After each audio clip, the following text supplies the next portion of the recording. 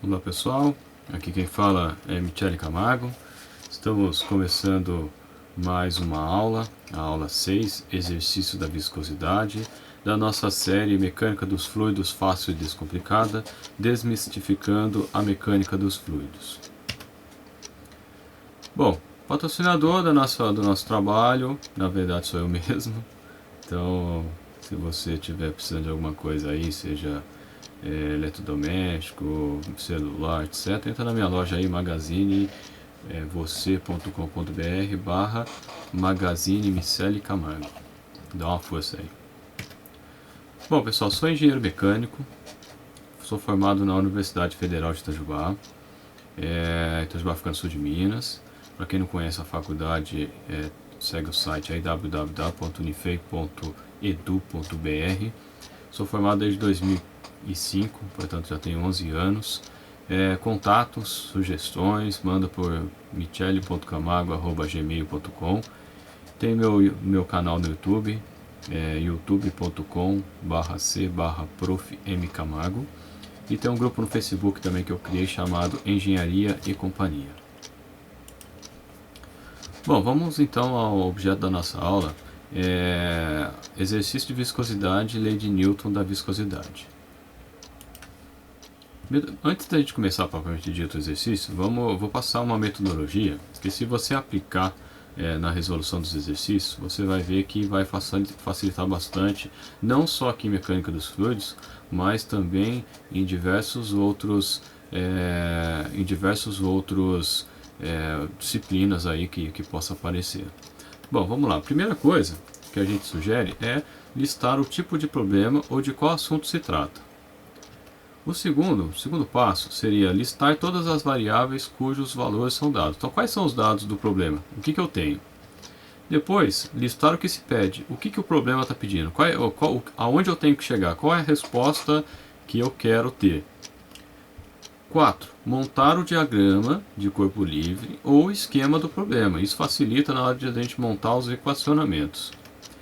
5 é listar as hipóteses, ou seja, um problema ele pode ser mais fácil ou mais difícil de resolver dependendo das hipóteses que você cria. Se você criar hipóteses mais simples, você vai ter uma resposta mais simples, porém você vai ter mais erros. Então, dependendo das hipóteses que você estipular, o seu exercício, a resolução do exercício estará certa ou estará errada, vai depender do que você de quais hipóteses você levantou lá no começo do seu problema. Por isso você deve colocar as hipóteses em toda a resolução de problema.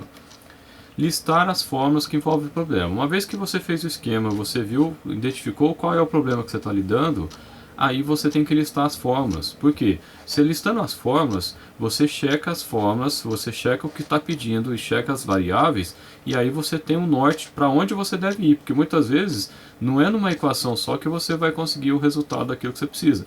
Então você precisa olhar suas fórmulas, olhar o que você tem, e aí você vai manipular as fórmulas, matematicamente falando, para chegar no resultado ou no objetivo que você tem.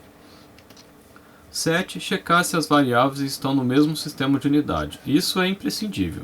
Se você estiver trabalhando no sistema internacional, então o correto é você estar trabalhando com Newton, com metro, com quilo, com segundo, com joule, com watt, com Kelvin e por aí vai. Se você pega, mistura graus Celsius com uma coisa em Fahrenheit ou em Kelvin, ou se você mistura centímetro com metro e por aí vai, aí você vai ter problema, seu resultado matematicamente vai estar errado.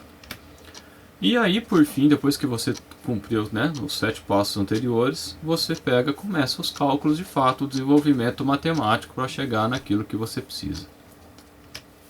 Bom, qual é o exercício 1? O exercício 1 diz o seguinte: um pistão de peso, W igual a 4 N, cai dentro de um cilindro com velocidade constante de 2 metros por segundo. O diâmetro do cilindro é 10,1 centímetro e o do pistão é 10 centímetros.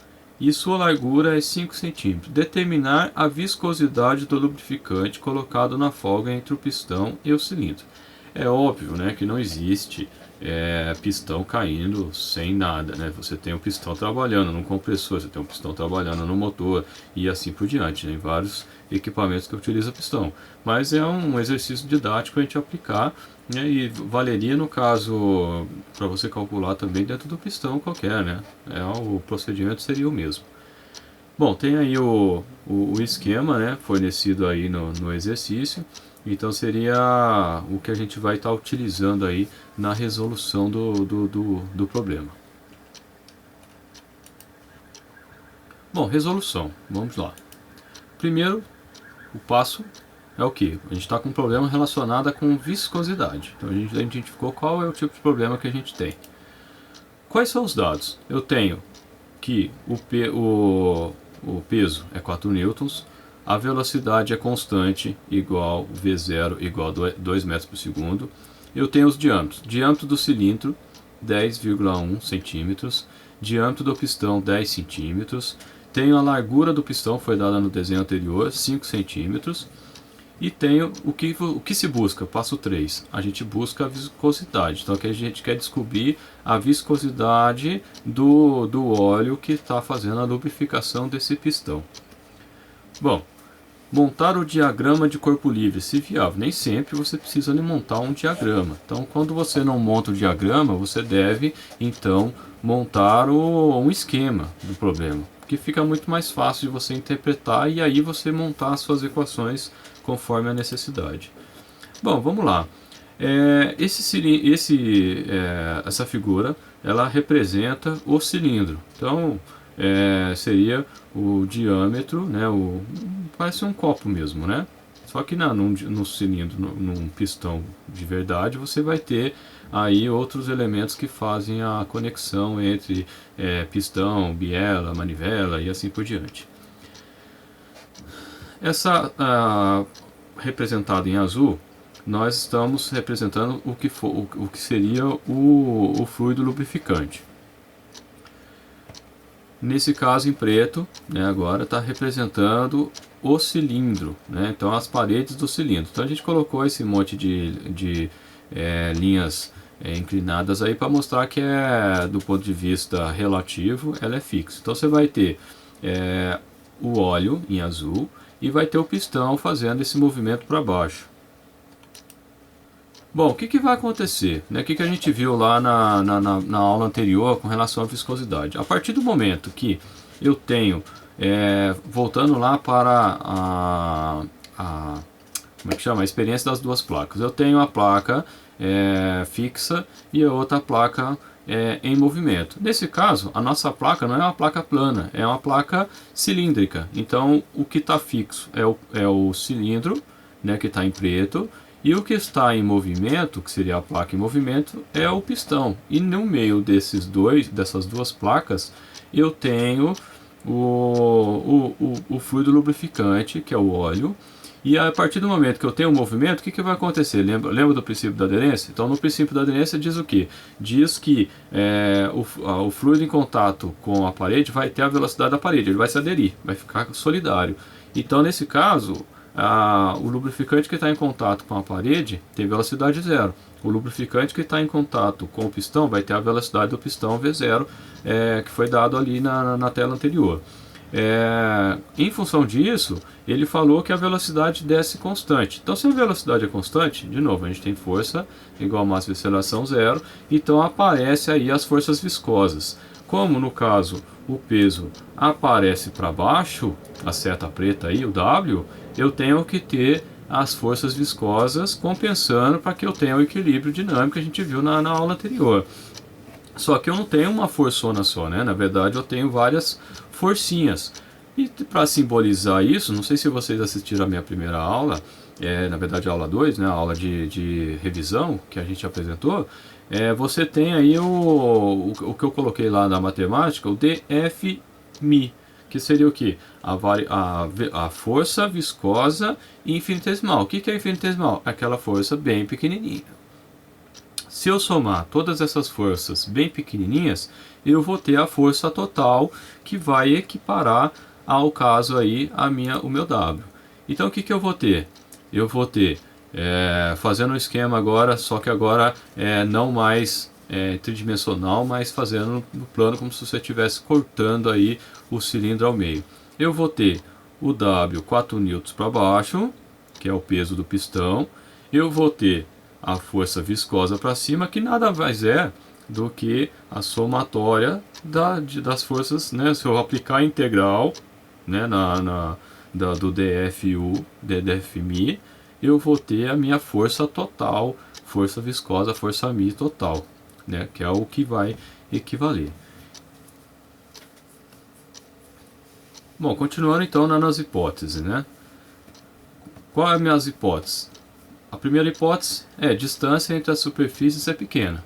Então o epsilon, que é a distância entre as duas placas, no caso a placa cilíndrica, ela é pequena. E isso quer dizer que eu tenho uma distribuição de velocidade linear. Por que a gente está levando em consideração essa hipótese? Que a partir do momento que eu considero que a superfície é pequena, a distância é pequena, eu vou ter, então, eu posso utilizar a minha simplificação prática que a gente apresentou na última aula.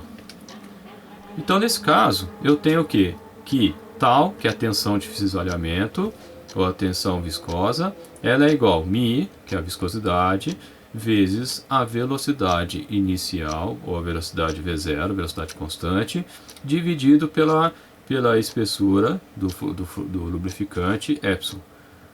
E isso também é igual, a gente colocou lá na aula anterior, a força tangencial dividida pela área. Então essa é a fórmula 1. E área, todo mundo sabe, deveria saber pelo menos, é base vezes altura. Então a gente vai discutir o que é base vezes altura daqui a pouquinho.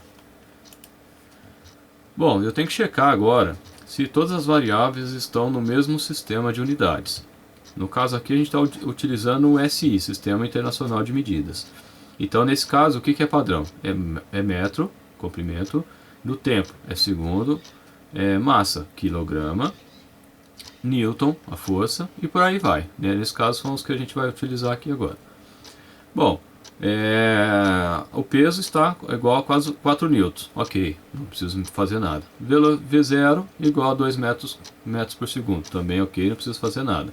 Diâmetro do cilindro, 10,1 centímetro. Opa, centímetro não é SI. Então vamos transformar o diâmetro do diâmetro em centímetro para metro, que é o padrão. Fazendo a transformação, eu vou ter 0,0101 metros. Agora está ok. Diâmetro do pistão é igual a 10,0 centímetros. Opa, também tem um problema. Então, fazendo a transformação, 0,0100 metros. Agora ok. Largura igual a 5 centímetros. Também é o mesmo problema. Então 0,005 metros. Ok, agora estou tranquilo em relação às unidades que eu tenho dos meus dados. Bom, então vamos iniciar o cálculo, né? Queremos μ. Então, vamos isolar na fórmula μ igual a V0 sobre epsilon. Veja que na minha hipótese eu estou dizendo que a distribuição de velocidade é linear. Então eu estou caindo na minha simplificação prática. Que é igual a Ft dividido por área. Então, viscosidade vezes a velocidade dividido pela espessura é igual a força tangencial dividido pela área. Bom, isolando então o μ, a viscosidade na fórmula anterior, eu vou ter μ é igual a força tangencial, o epsilon que estava dividindo passa multiplicando, a força tangencial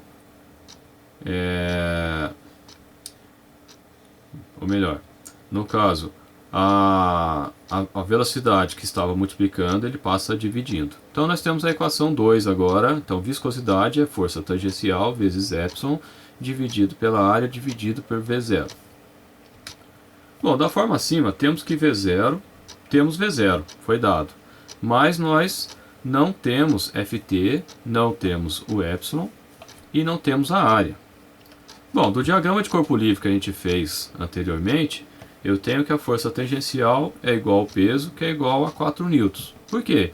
Porque a gente tem velocidade igual a zero. Se a velocidade é igual a zero e eu não tenho aceleração, E para que eu não tenha aceleração, a somatória das forças tem que ser igual a zero. Isso é o equilíbrio dinâmico. Nesse caso, então, eu vou ter que a força, para que isso seja verdade, para que a velocidade seja constante, eu vou ter Ft igual a W, que é igual a 4 newtons. O epsilon é o que? É a espessura, é a distância entre o diâmetro do cilindro e o diâmetro do pistão. Como que é essa distância? Se você olhar no esquema, ali em cima, você vê o que? Que eu tenho os dois diâmetros e o epsilon ele aparece duas vezes no meu esquema. Então, eu tenho que o epsilon é igual ao diâmetro do cilindro menos diâmetro do pistão dividido por 2. Isso não é média não, é porque a distância que eu tenho ali aparece ali. É porque eu tenho lubrificante ao redor de todo o cilindro. Nesse caso, então, 0,005 metros, que é igual a 0,5 milímetros, ou seja, 5 décimos. Para que eu estou fazendo essa conta aqui? Eu estou saindo do sistema internacional. Estou fazendo essa conta para mostrar que realmente essa distância que eu tenho, essa espessura que eu tenho, ela é realmente pequena, que me permite utilizar a minha simplificação prática. Bom, e a área? O que eu tenho? A área, ela vem do cilindro do pistão. O pistão ele é cilíndrico. Qual é a área de contato aqui? A área que eu preciso é a área da ação das forças viscosas. Aonde que eu tenho a área das forças viscosas? Em todo o cilindro. Então, ao redor de todo o cilindro eu vou ter essa ação viscosa.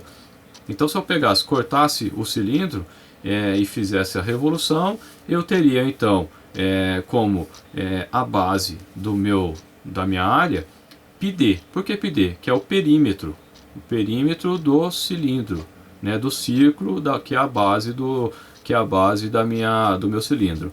E como largura eu tenho o próprio L foi dado aí, que é a largura do pistão. Sendo assim, a área é igual a πd vezes L. E substituindo lá na equação 2 da tela anterior, que a gente viu ali, eu vou ter que a viscosidade é igual a W vezes epsilon, dividido por V0, dividido por π, dividido por diâmetro do pistão. Nesse caso vai ficar 4 vezes 0,0005, dividido por 2, dividido por π, dividido por 0,100. Isso vai dar 0,0637. Se a gente for fazer a anotação científica, como que é? A notação científica, ela você coloca um dígito representativo, que a gente chama, existe o não representativo. O que é o não representativo? O 0, por exemplo, não é representativo. Então 6, e aí você tem vírgula, o que você tiver para trás, vezes qual foi a mudança de vírgula que você teve. Então eu tive que avançar, eu estou aumentando o número em duas casas decimais, então é 100 vezes 100 elevado a menos 2, porque para compensar esse aumento que eu tive no número. E a unidade vai ser Newton por segundo dividido por metro quadrado. Se eu fizesse a conta pelo método convencional, se eu fizesse a conta lá pela integral, né, da fórmula, que viscosidade é dV dy, eu teria então o resultado da seguinte forma: eu teria 6,33 vezes 10 elevado a menos 2 newton por segundo dividido por metro quadrado. E o erro, se eu for comparar, seria um erro comparado com o método que a gente acabou de fazer, de 0,63%. Então é um erro bem pequeno, que daria para a gente calcular tranquilamente esse exercício aqui, fazer, né? Nesse caso eu não estaria errando com um erro muito grande. Lá na física, você tem o desenvolvimento, no livro do Fox McDonald também tem a metodologia para você calcular qual é a propagação de erro que você tem nas fórmulas, né? Então, não sei se você reparou também que na resolução do exercício, o que eu fiz?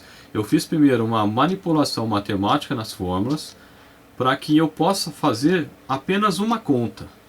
Por que isso? Porque quando a gente faz algumas contas, a gente acaba arredondando ali, porque a calculadora, primeiro que ela dá, se ela der 500 números depois da vírgula, por exemplo, você não pode, do ponto de vista científico, não pode considerar tudo. Você teria que fazer análise de algarismos significativos, né, para que você tenha um número máximo aí a ser considerado. Isso é um objeto de estudo lá da física. E nesse caso aqui, se eu faço a substituição no começo, faço conta, eu aumento demais o meu erro.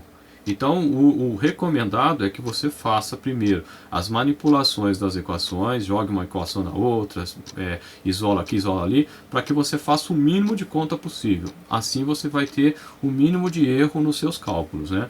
E se você utilizar o livro do Fox McDonald, no final dele ele tem qual é a metodologia que você deve aplicar para calcular a propagação de erro que você tem nas fórmulas. E uma das recomendações é justamente essa, que você postergue ao máximo a conta propriamente dita, ou seja, lançar na equação propriamente dita. Bom, pessoal, chegamos então ao final de uma aula, dessa aula. Nós utilizamos aí então os livros, né, do Franco Brunetti, Mecânica dos Fluidos, e também usamos o livro do Fox McDonald. Espero que vocês tenham gostado. Qualquer dúvida, entrar em contato com a gente aí. Bom, de novo, né, tem meu nome, meu e-mail, michele.camargo@gmail.com. Críticas, sugestões, você pode colocar na página aqui no YouTube ou pode colocar via e-mail também. Beleza, pessoal? Obrigado e até a próxima.